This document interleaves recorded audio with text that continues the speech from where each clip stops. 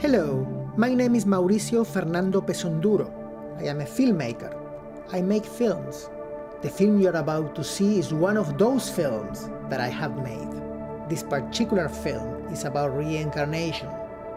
Reincarnation is the belief that the soul, after death of the body, comes back to Earth in another body. In my extensive research efforts on the subject, I happened to come across one particular theory that piqued my interest. There is a man named Dr. Semkiw, who is one of the world's leading experts on reincarnation, and he has claimed to have located the reincarnation of the legendary comedy team of Stan Laurel and Oliver Hardy. In fact, according to Dr. Semkiw, the famous duo is alive and well and living in New Jersey. Dr. Semkiw believes that Laurel and Hardy have been reborn as brothers, Josh and Danny Baker, who also just happen to be professional actors and comedians themselves. Could this be possible? Could this man be right in thinking that these men are the reincarnation of these men?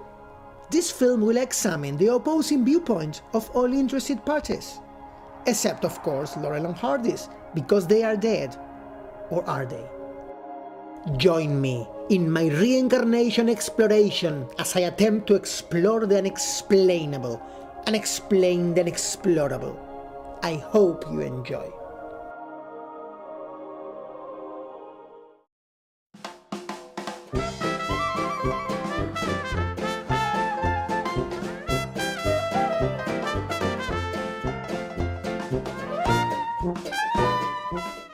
Ollie.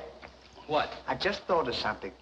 Listen, you remember once you were telling me that when we passed away, we'd come back on this earth in some other form, like a bird or a dog or a horse or something? Oh, you mean reincarnation? Yeah, that's it. My name is Walter Semkiw. I'm a medical doctor, and I investigate cases that demonstrate objective evidence of reincarnation. I was always a big Laurel and Hardy fan, and I was wondering if they might be reincarnated. What would you like to be when you come back? I don't know. I've never given it much thought. I like horses. I guess I'd like to come back as a horse. Huh. What would you like to be when you come back? Oh, I'd rather come back as myself. I always got along swell with me. But it made me do an internet search on hot new comedy team. And Josh and Danny Backer showed up, and they were on the internet because they were doing their first off-Broadway show in New York City.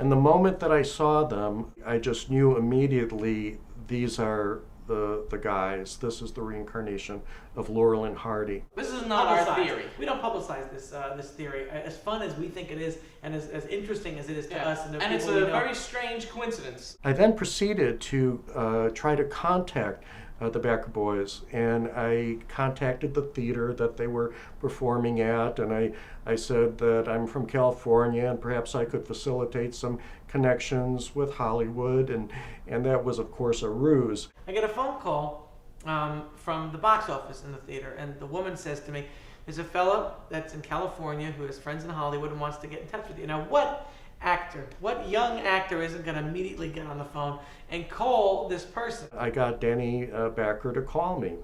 And so I gently tried to start introducing the material about reincarnation, and I could tell, you know, he was sort of wondering, what the heck am I talking about? He asked me what religion I was raised. And he said, we were raised Jewish, you know, and so I realized, you know, I'm not getting very far. The whole time I'm thinking, what's he getting at here? What is this all about? And I want to know who the Hollywood connections are, what he's going to do for us, because that's what actors think, like we're very selfish people. But I didn't think that. And so I just told him. He says, do you believe in reincarnation? And I said, I never really give it much thought, but, why? He and his brother were identified as the reincarnation of Laurel and Hardy. After about 5 minutes of uncontrollable laughter, I hung up the phone. There was a silence for a second. And of course, Walter called back, and I thought this was some sort of joke. And here I am calling this person from across the country. I'm calling from San Francisco to New York. They don't know who I am. I don't really know who they are. The weird part is that he calls and tells us that, we're the reincarnation of Laurel and Hardy, and, our house is filled with Laurel and Hardy stuff. Danny said, I don't know about reincarnation, but Laurel and Hardy are by far the biggest influences in our lives. We don't believe that we're the reincarnation of Laurel and Hardy, and we don't believe in reincarnation. It's a nice thing to think about. What do you mean you don't believe in reincarnation? I believe in reincarnation. You do? I mean, I don't know. I think it's an interesting subject. I think first It's of all, an interesting subject. I don't know if I believe it. I Well, mean, I know. I'm interested in, if you can prove it, that's great. well, who can prove where we go after death? I mean, They it's a big can't. That's philosophical why I stuff. don't know if I believe in it. So who knows? But I mean, it's a nice idea. It's a nice story. Yeah, well, Bigfoot's a nice story too. You believe in Bigfoot? Yes, sir.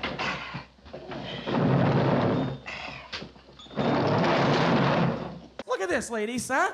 His ass is so skinny when he farts, only dogs can hear it. When I contacted them, there was nothing on their website that said anything about Laurel and Hardy. I knew virtually nothing about Josh and Danny. Oh, one fat Jew, I heard you took a dog in from the cold. On a freezing night like this, it makes ice cubes out of piss, and it's nice to have a pet that you can hold. Oh, Mr. Chinaman, oh, Mr. Chinaman, in time like this, what can a pharaoh do? So I warmed him on the stove and sauteed with garlic clove. That is sick to Mr. Chinaman, it tastes good to one fat Jew. People would propose cases to me, and I didn't know if the cases were true or not. And so I went through working with a series of psychics to see if anyone could make accurate past life matches. And nobody that I worked with, I felt, demonstrated that ability. It changed, though, when I met Kevin Ryerson, who is a trance medium who's worked with Shirley MacLaine for 30 years. Kevin is in 4 of her books, and in her last book, she even dedicated the book to Kevin as well as to her business manager. So they have a very close relationship. And Kevin channels a spirit guide named Atun Ray, who I found could make accurate past life matches. And the reason that I came to trust him is that he could make matches involving very obscure people who took me a great deal of time to even locate historically. And once I did locate them through research, and sometimes I even had to hire researchers in different parts of the country to try to locate these individuals, once they were found, everything matched. The facial features matched, the personalities matched, writing style matched, content of writing matched, passions matched. Aye. So, to understand more about Josh and Danny, I decided to travel to their hometown of Wayne, New Jersey, where they are the town's favorite sons and local celebrities. Do you know Josh and Danny? No. Who? Josh and Donnie, no, I haven't heard of that. I can't say that I know him, no. Wesh and Donnie? Josh and Danny. Josh and Donnie? George and Donnie? Yosh and Annie, I never heard of them. I don't know Josh and Danny. Sure wish I could help you, but I have no idea. Oh, so I decided to talk to someone who knew Josh and Danny. There are, a lot of in my opinion, a lot of very funny memories that I have of Josh and Danny growing up, and some of them specifically have to do with them filming. Just think what we could do. They had a paper route. They did this paper route for 8 years, and they saved up their money, and the first purchase that they made with their paper route money was to buy a video camera. Oh, dear. Get out of here. One time I was having a chat with our neighbor that lived behind us, and he said, you know, when you're not home, he said, there are some very strange things going on at your house. Well, have some chicken soup. They would film and throw these dummies out of the windows. We disciplined them when it was necessary, which was frequently. Yes. The father of Josh and Danny, who's a trial attorney, you know, he's no fool. He even came to believe that it was possible that his sons are the reincarnation of Laurel and Hardy, because ever since they were little, they literally pretended they were Laurel and Hardy. It was constant. It could have been funny, but not when it's all the time, and you gotta watch every move that they make. Janie would be in the store, and I'd be watching Josh and Danny, and they'd be into the racks of clothing, they'd be under glass tables, they'd be playing with Christmas balls and seeing how their reflection would change when the ball would move in and out. Balls would break, trees would fall, clothing racks would come down. And my dad would grab us, of course, usher us out of the No, store everybody before know with this. Hey, get my hair, you stupid. Who are you, That's Mom? what you- Don't I show was them. showing them. What are you Don't showing? You don't have to show them. Just Why do not? that. Grab my hair. That hurt, you idiot. I didn't mean it. All right. Stop. Something that I would tell them frequently, I want my boys back, I'm tired of shopping with Laurel and Hardy. At what age Danny and Josh started imitating Laurel and Hardy? They were very, very young. And what would they do when they imitate? Well, they would dress like them and do the facial expressions and everything. Okay, can we stop? They're very nice to me, helpful. So that's what I'd like to add. Okay. Thank you, Aunt Jerry. An interesting feature of reincarnation cases is that the spiritual world is oftentimes observed actually facilitating reincarnation cases. The mother of Josh and Danny and her relative Sally took a picture together. So that would have been in 1950, probably 53. And I was always, as we are now, Janie was very slight build. I was always the bigger one. And 20, 30 years later, Sally's husband, Dieter, saw the picture and went hysterical laughing and said, "Oh my God, it's Laurel and Hardy." So it's possible that Dieter had a premonition about the rebirth of Laurel and Hardy in making that statement. It seems like Dieter is an important piece to this puzzle. So I decided to go find this Dieter. Oh, Dieter! Oh. Oh. Nobody told me that Dieter was dead. I don't enjoy the fact that he died. He was an okay person. What am I going to say?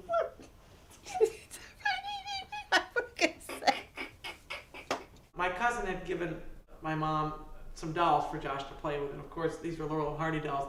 Broke the bodies immediately, as he tends to break a lot of things. Mom smartly saved the heads for us to play with. They actually became my favorite toys. Yeah, we played with them for years. It turns out that Danny is one of the most extensive collectors of Laurel and Hardy paraphernalia in the entire world.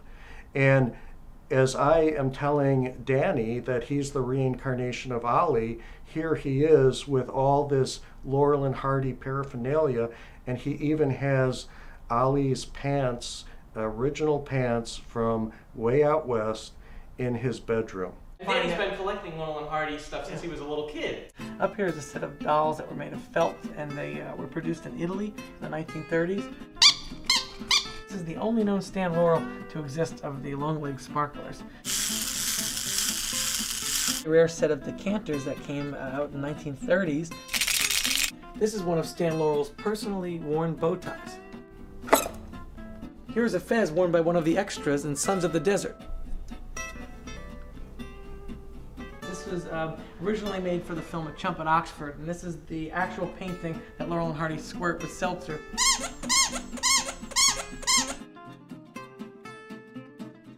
Stan Laurel loved to give gag gifts.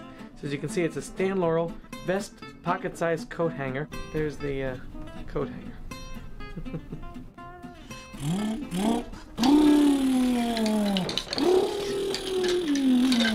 Up here is some artwork that hung in Stan Laurel's house. This is an actual binder that was Oliver Hardy's, and it's filled with script drafts of their later tours.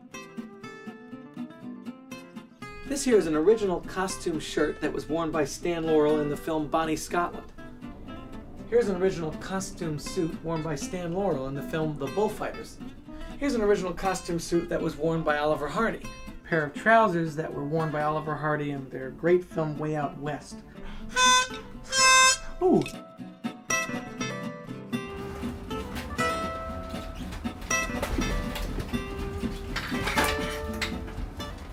And here we are with Erin, who is Donnie's girlfriend and also has a collection of Laurel and Hardy in her house.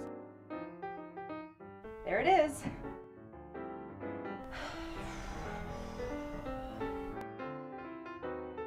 You have a nice cat. What's his name? Ollie. Of course, the bottom line question is, are Josh and Danny Backer the reincarnation of Laurel and Hardy? Well, the things that I would consider, first of all, is that there is a physical resemblance, that they, as children, replicated the behavior of Laurel and Hardy. As young adults, they replicated the comedic development of Laurel and Hardy, including creating their own silent movie. How many young comedians today create their own silent movie?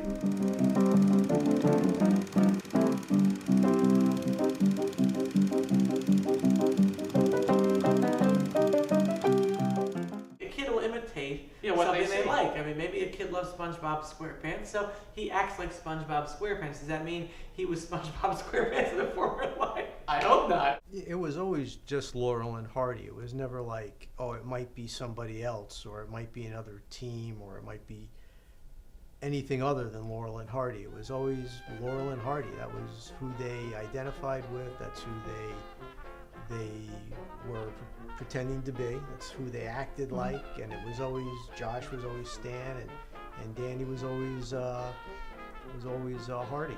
I think mostly it was the gestures, the expressions. Danny would always be the one that would end up getting hurt through their, shenanigans.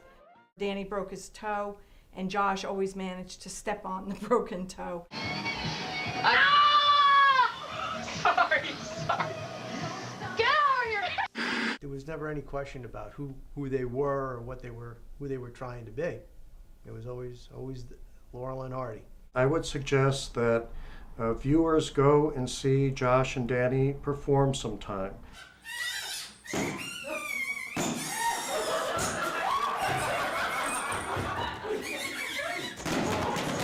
And see for yourself whether they make you laugh just like Stan and Ollie did so many years ago. You have to realize that Josh and I are Josh and Danny Backer. We never in our lives have imitated Laurel and Hardy in a professional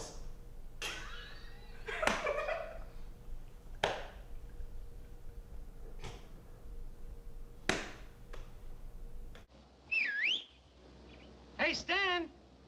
Look! I'm over here! Well, here's another nice mess you've gotten me into. Ollie, is that really you? Of course it's me. Gee, I'm glad to see you.